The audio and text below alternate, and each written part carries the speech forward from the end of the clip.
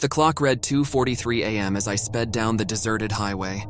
The night was pitch black, the moon obscured by thick, ominous clouds that loomed like malevolent sentinels. The only companions I had were the dim glow of my headlights and the low hum of the engine. My decision to take this journey in the dead of night was a spontaneous one, fueled by restlessness and a desire to escape the stifling familiarity of city life. I craved solitude, and so I found myself on this desolate road, miles from the nearest town, swallowed by an eerie silence that clung to the night. The road ahead seemed to disappear into nothingness, and I couldn't shake the feeling that I was traversing the border between the living and the dead.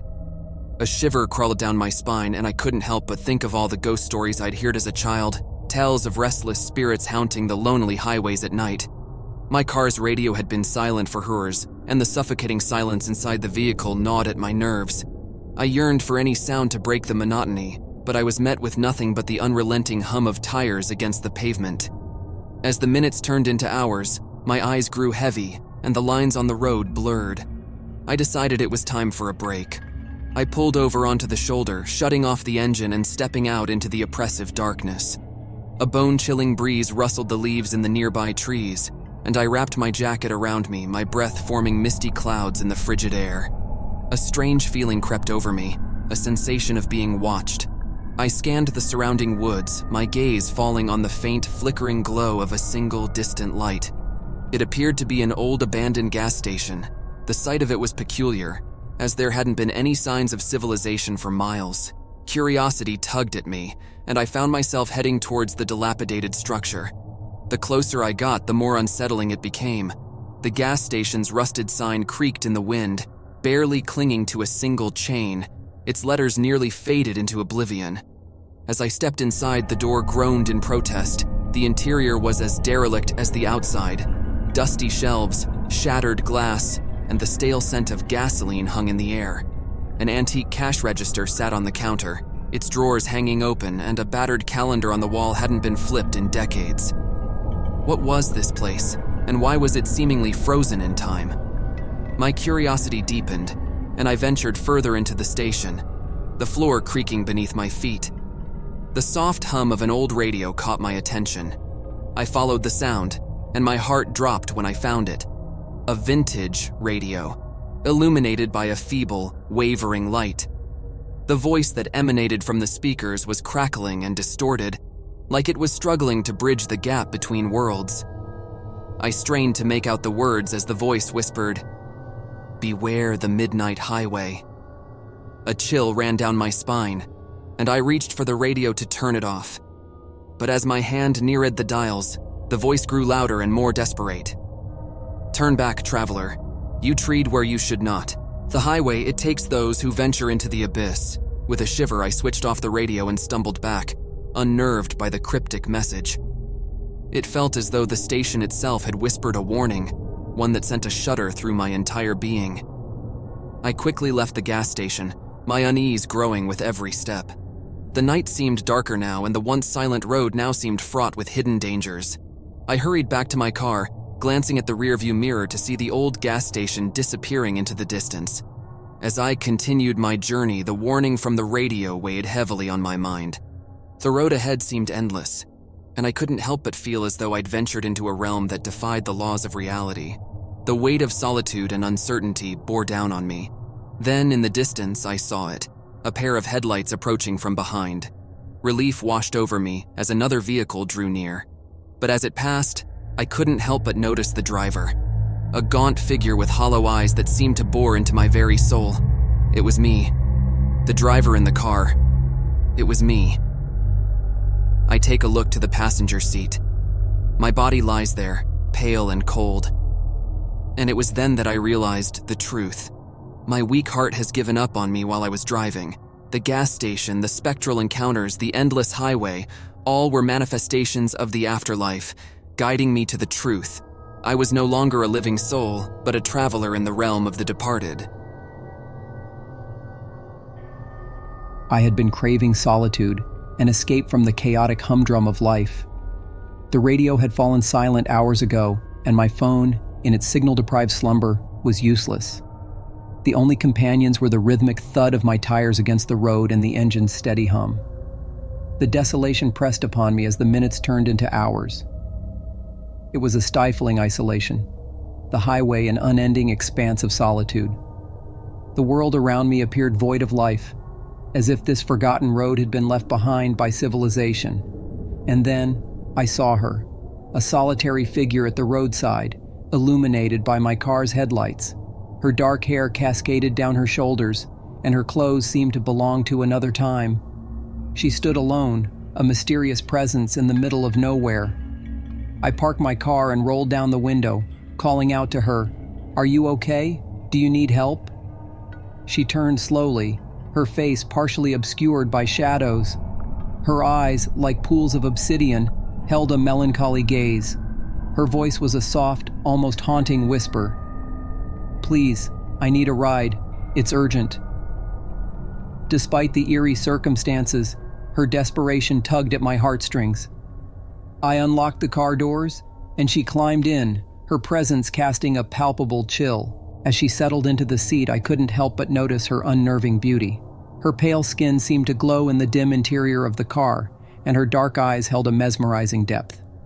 "Thank you," she said, her voice a haunting melody. "I don't know what I would have done without your help." With a forced smile, I replied, "It's no problem. Where are you headed?" She hesitated for a moment, then murmured, "Just keep driving straight. I'll let you know when to stop." The road stretched on, the silence inside the car growing heavy. I couldn't shake the feeling that something was amiss. Her presence was unsettling, and her answers vague. As I cast furtive glances at her, she seemed to be lost in thought. A sense of unease settled over me, but before I could voice my concerns, she spoke. "Turn here," she said, her voice even softer than before. I followed her directions, the road growing narrower and more desolate. The trees on either side of us seemed to close in, casting ominous shadows over the path.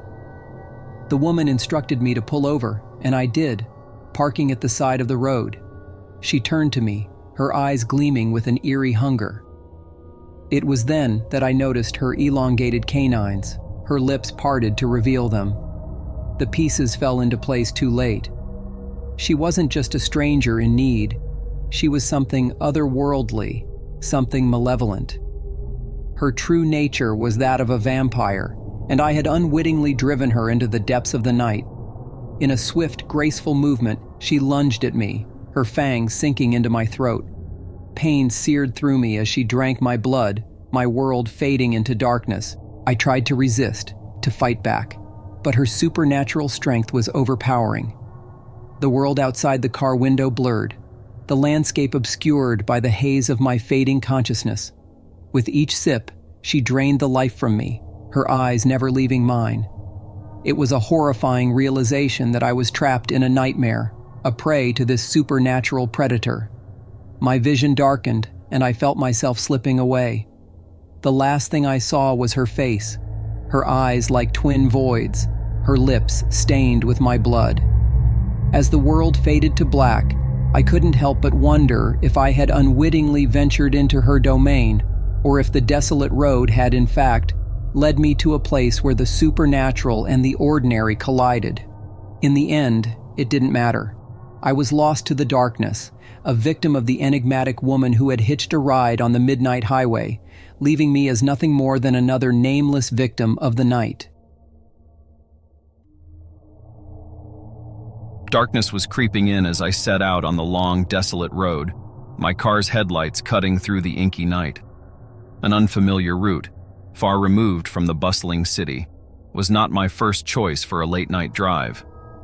But life sometimes surprises you with unexpected turns, in this case, literally. The road, flanked by towering trees, felt like an eternal tunnel. The chirping crickets provided the only companionship in this forsaken wilderness. With the wind howling through the leaves, I was about to discover that venturing off the beaten path could lead to places beyond the realm of reason. As I navigated the meandering road, a low fog rolled in, obscuring the surroundings in an eerie, ghostly shroud. My hands clenched the steering wheel tighter, and an uneasy feeling gnawed at my gut. The radio crackled to life with a static-filled voice, and I turned it off, not wanting any distractions on this lonesome road. My cell phone had lost its signal minutes ago, rendering me utterly isolated. I glanced at the dashboard clock, and it read 2:03 a.m., a chilling reminder that I was alone in the dead of night. That's when I saw her, a young girl standing at the edge of the road. She wore a tattered pale dress and appeared disoriented. Panic settled in. I couldn't just leave her here in the middle of nowhere. I hit the brakes, and the tires skidded to a halt. The fog surrounding her seemed to thicken, giving her an ethereal appearance. With trembling hands, I opened the car door and approached her. Her dark hair hung in clumps, obscuring her face. "Are you okay?" I called out, my voice shaking. No response. She didn't even acknowledge my presence. She just stared past me, into the darkness, as if lost in an unending void. "What are you doing here all alone?" I asked, inching closer. The chill in the air was palpable. It clung to my skin, making me shiver. I reached out, about to touch her shoulder, when she turned toward me, revealing a face pale as death. Her eyes were empty voids, like two endless pits. A guttural voice emanated from her, chilling me to the bone. "You should leave. Now." My heart pounded in my chest, and I stumbled back, retreating to the safety of my car. This encounter had crossed the threshold of bizarre. It was terrifying. The fog seemed to part, and she remained in the distance, an ominous specter. I slammed my foot on the gas pedal, my car roared to life, and I sped away from that haunting figure. Panic surged through me, but there was no turning back. The only path I could take was forward. As I drove on, the fog began to dissipate, revealing an eerie expanse of gnarled trees that reached out like skeletal fingers. Every sound was magnified in the silence, an unsettling symphony of rustling leaves and distant whispers. My imagination played tricks on me, conjuring up spectral figures lurking in the shadows. Hours passed, but the road seemed to stretch into infinity. My sense of time had warped, and exhaustion weighed heavily on my eyelids. I knew I needed to find a safe place to rest, but there were no signs of civilization, only this nightmarish wilderness. Then I saw it, an old, dilapidated motel looming in the distance. It appeared out of nowhere, like a mirage. Relief washed over me as I pulled into the parking lot. The place was in shambles, the neon sign flickering at the desolate motel. But at this point, I was too drained to care. I just needed shelter.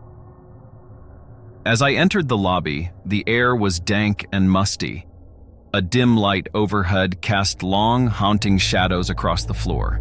There was an unsettling stillness that settled over me. A receptionist appeared from behind the counter.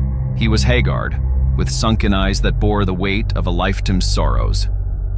"Room for one, please," I said, feeling my voice crack under the strain. The receptionist handed me a tarnished key and muttered, "Room 13, end of the hallway." I followed his directions, my footsteps echoing in the eerie silence of the hallway. The flickering lights cast irregular shadows along the walls, distorting the wallpaper into grotesque shapes. As I opened the door to room 13, I was hit with a wave of cold air. The room was sparse, the bed covered in faded sheets. I couldn't shake the feeling that I was being watched. Hours passed in restless sleep, and I awoke with a start, drenched in cold sweat. A strange, distant whispering filled the room.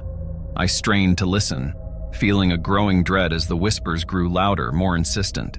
Suddenly I saw them, shadowy figures emerging from the corners of the room. They drew closer, their features obscured, and an otherworldly, bone-chilling cold filled the air. Panic gripped me, and I bolted from the bed, rushing for the door. But the door wouldn't budge. I was trapped. The figures closed in, and their whispering grew louder, an indecipherable cacophony that echoed through my mind.